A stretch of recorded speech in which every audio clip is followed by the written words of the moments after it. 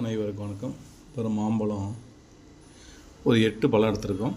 சர்க்கரை தேவையான அளவு, பால் வந்து ஒரு 1/2 லிட்டர். அதை ஃபியூர் நம்ம தண்ணி ஊற்றாமல் ஃபியூரான மேங்கோ மில்க் ஜூஸ் தான் போட போகிறோம். ஓகேங்களா? தோலெல்லாம் வந்து க்ளீனாக கட் பண்ணி எடுத்துகிட்டு இருக்கோம்.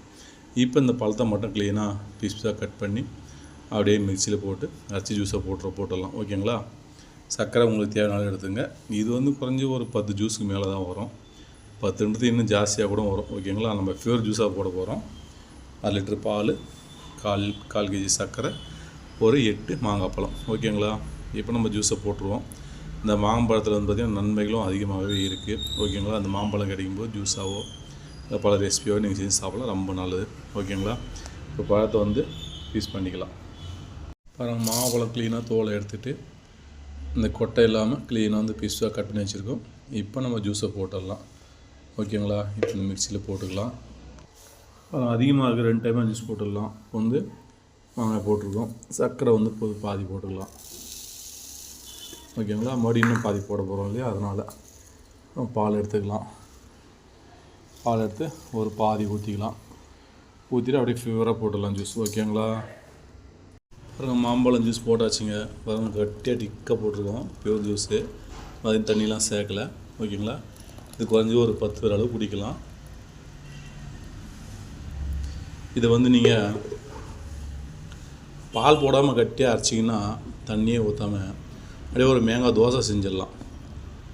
தோசைன்னா அப்படியே இந்த க்ளீனாக தட்டில் நெய் தடவிட்டு அப்படியே தட்டில் 2 கரண்டி ஊற்றி டிக்காக ஊற்றிட்டு அப்படியே வெயிலில் காய வச்சிங்கன்னா மேங்கோ பார் நல்லா காய வச்சு எடுத்து வச்சிட்டா மேங்கோ பாரை கூட நீங்கள் மாங்காய் சாப்பிடும்போது சாப்பிட நினைக்கும் போது நீங்கள் அந்த மாங்காய் சாப்பிட்டுக்கலாம். இல்லை இது போல் வந்து டிக்கப் ஜூஸு போட்டும் குடிக்கலாம். அருமையான டேஸ்ட்டில் இருக்கும். இப்போ கட்டியாக போட்டிருக்கோம். இதே கூட நீங்கள் அப்படியே க்ளீனாக அந்த பிளேட்டில் வந்து நெய் தடவிட்டு அப்படியே 3 கரண்டி ஊற்றி அப்படியே க்ளீனாக வெயில் வச்சிங்கன்னா சூப்பரான தோசை பார்த்து கரெக்டாக வந்துடும். ஓகேங்களா? ஜூஸ் போட்டாச்சு. இப்போ தேவைப்பட்ட ஐஸ் சேர்த்துக்கலாம். ஒரு கிளாஸில் ஐஸ் கட்டி வச்சுருக்கோம். ஐஸ் கட்டி போடலாம். ஐஸ் தேவைப்பட்டா சேர்த்துங்க. ஐஸ் தேவைப்பட்டால் ஐஸ் சேர்த்துக்கலாங்க. தேவையில்லைனா உங்கள் விருப்பம் தான், அப்படியே குடிச்சிடலாம் நீங்கள். ஓகேங்களா? ஐஸ் போட்டாச்சு. அப்படி நல்லா கலந்துட்டு அப்படியே கிளாஸில் ஊற்றி சூப்பராக குடிச்சிடலாம். டிக்காவும் போட்டிருக்கோம், பால் போட்டிருக்கோம். ஃபியூர் ஜூஸ் தான் இது. டேஸ்ட் வந்து அருமையாக இருக்குங்க. ஓகேங்களா? ஜூஸ் போடணும்னு நினைக்கிறவங்க இது போல் போட்டு டெய்லி அப்போ மாங்காய் வரும்போது கட்டாக குடிச்சிருங்க, ரொம்ப நல்லது. நம்ம எல்லா டைம் நம்ம குடிக்குது அதில் மாங்காய் பழகும் போது மட்டும்தான் குடிக்க முடியும். ஓகேங்களா? அப்படியே கிளாஸை ஊற்றிடலாம், அப்படியே குடிச்சிடலாங்க. சூப்பர் டேஸ்ட்டில் ஜூஸ். ஓகேங்களா?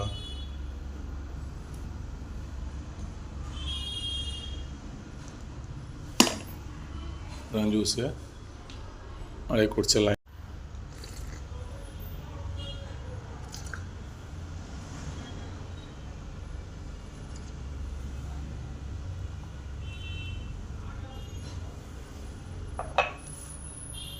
ஜூஸு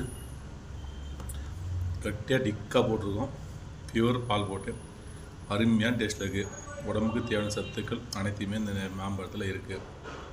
ஓகேங்களா? ஜூஸை போடுங்க. ஜூஸை போட்டு அடிக்கடி குடிங்க, ரொம்ப நல்ல உடம்புக்கு. ஓகே காய்ஸ், வீடியோ பிடிச்சா லைக் பண்ணுங்கள், ஷேர் பண்ணுங்கள், சப்ஸ்கிரைப் பண்ணுங்கள், பெல் பட்டனை. மீண்டும் அடுத்த ஒரு நல்ல வீடியோ சந்திக்கிறேன். நீங்கள் பியூர் அது மாதிரி கட்டியாக போட்டுங்க, டேஸ்ட் அருமையாக இருக்கும். ஓகேங்களா? புதுசாக என்ன வீடியோ பார்த்தீங்கன்னா சப்ஸ்கிரைப் பண்ணுங்கள், பெல் ஐக்கான் பண்ணுங்கள். அப்போ தான் நான் போகிற வீடியோ உடனே நோட்டீஸ் உங்களுக்கு கிடைக்கும். ஓகேங்களா? மீண்டும் அடுத்த ஒரு நல்ல விஷயம். அனைவருக்கும் வணக்கம். சூப்பர் டேஸ்ட்டில் அருமையாக போட்டாச்சுங்க. ஓகே காய்ஸ், தேவல் நீங்களும் போட்டு சாப்பிட்டு பிடிச்சி பார்த்துட்டு கண்டிப்பாக கமெண்டில் எப்படின்னு மறக்காமல் சொல்லுங்கள். தேவல் பார்த்தீங்கன்னா இந்த மாங்காய் கொட்டையை கூட இந்த நல்லா கழுவிட்டு அப்படியே நல்லா சுட்டு அப்படியே க்ளீனாக சாப்பிட்லாம். இல்லை அந்த பருப்பு மட்டும் எடுத்து ஒரு ரெசிபி கூட செய்யலாம். அதுமாதிரி நம்ம வீடியோவில் போட்டிருக்கோம், பாருங்கள் எப்படி செய்யலான்றதை. இல்லை இந்த கொட்டை அதிகமாக இருந்தால் எடுத்து காய வச்சு கூட நம்ம வச்சு மறுபடியும் எப்போ தேவைப்படுமோ அப்போலாம் ஒரு காரக்குழம்பு கூட செய்யலாம். இப்போ அந்த கொட்டையில் கூட அவ்வளோ ஒரு மருத்துவ குணம் இருக்குங்க, அவ்வளோ ரெசிபிகள் செய்யலாம். Okay guys.